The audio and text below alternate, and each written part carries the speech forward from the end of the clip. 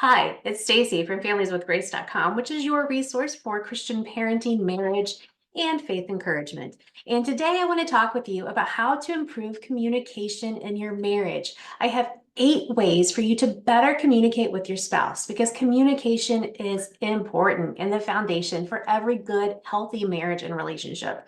So I would say marriage communication is really probably on the list of every single marriage advice and characteristics of a good marriage that you will find.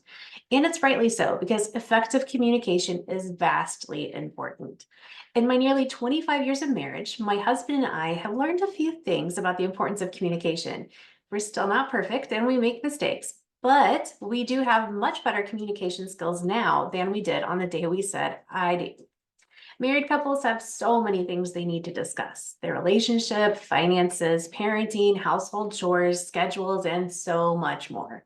Inevitably, difficult conversations are also part of life for any married couple. So we have learned along the way that being honest with each other, there are right and wrong ways to communicate well, whether we're having a serious discussion or a mundane one. So let's get into our tips and really talk about the best ways to communicate with your spouse and how to improve that communication. All right, so my first tip is watch your tone of voice.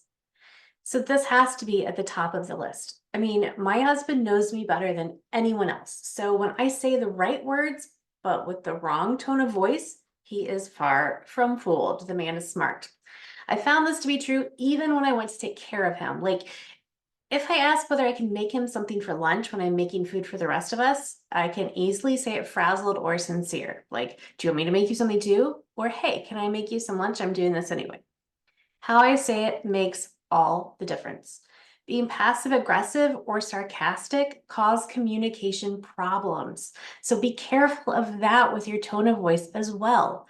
My husband and I made a deal when we were first married that we would not allow passive aggression to be part of our relationship. We mostly stuck to that, which has contributed to our successful relationship in the long run. All right, the next one is number 2. Be aware of your body language.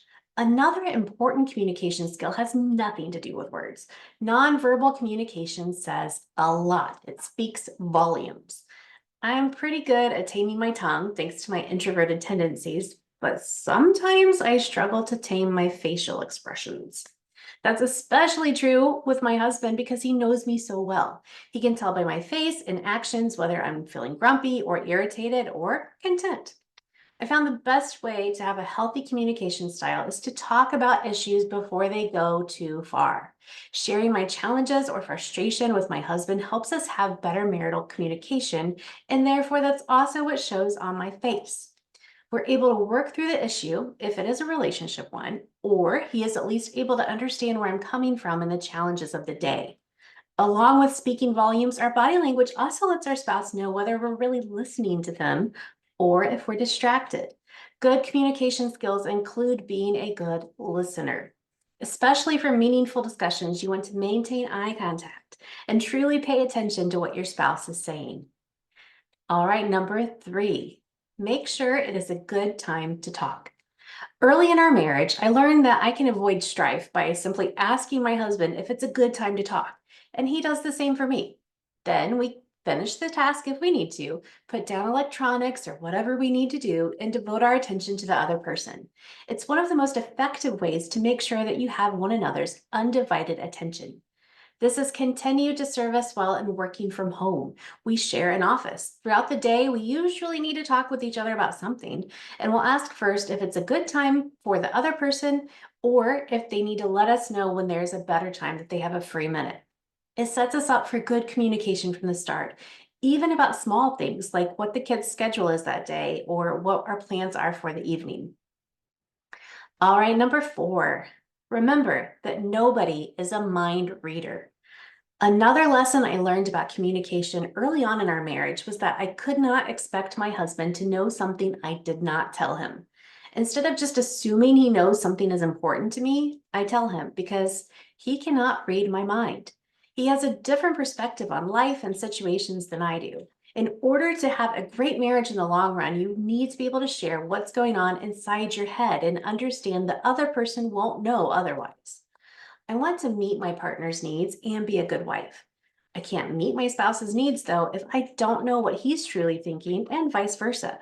At the end of the day, he'll only know I need or want something if I tell him.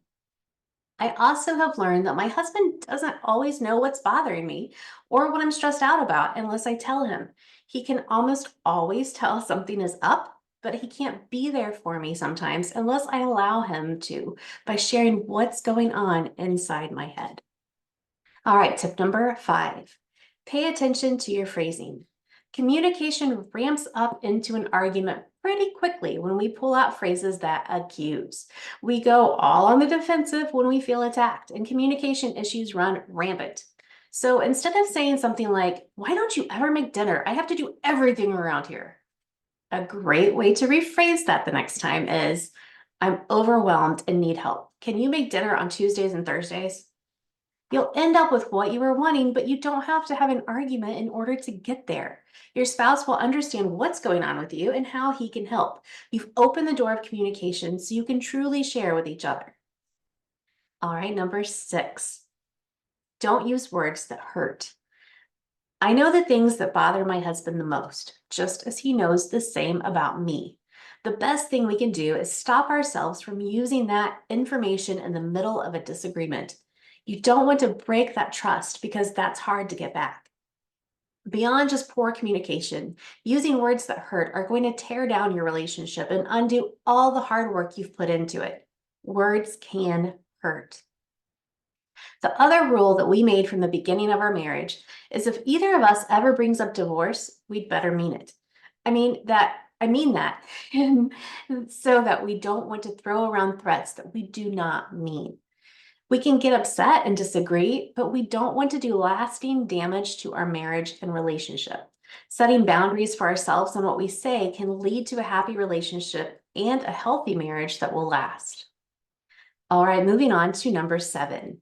Listen to understand, not just for your turn to talk.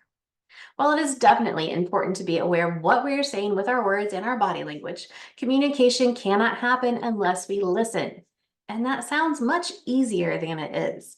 When my husband is talking with me about something important, I do my best to actively listen and make sure I'm paying attention, not just waiting for my turn to talk or formulating my response inside my head.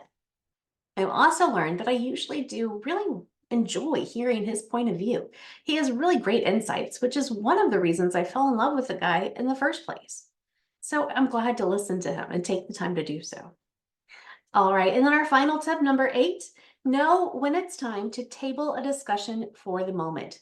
Sometimes it's just not a good time to have or continue a conversation. Maybe you're too upset and know if the conversation continues, you're going to say something you'll regret. Or maybe you're too distracted to really listen. Maybe you're just too tired to continue talking.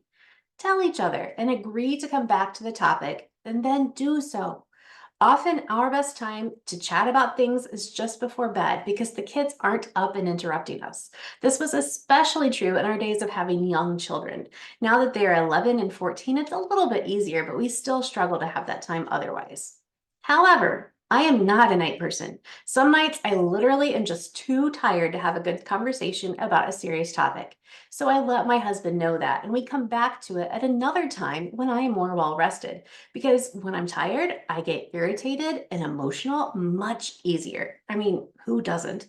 So I tell him that I want to have the discussion. I just can't at that moment. And we find a better time to talk about it later. So setting aside time for conversations like a date night where you go out to dinner and just talk can be really helpful for having these intense conversations. And I have a bonus tip for you as well. So this is kind of tip number 9, or just an add-on. So the next tip that I have, the last final one, is to try a shared journal.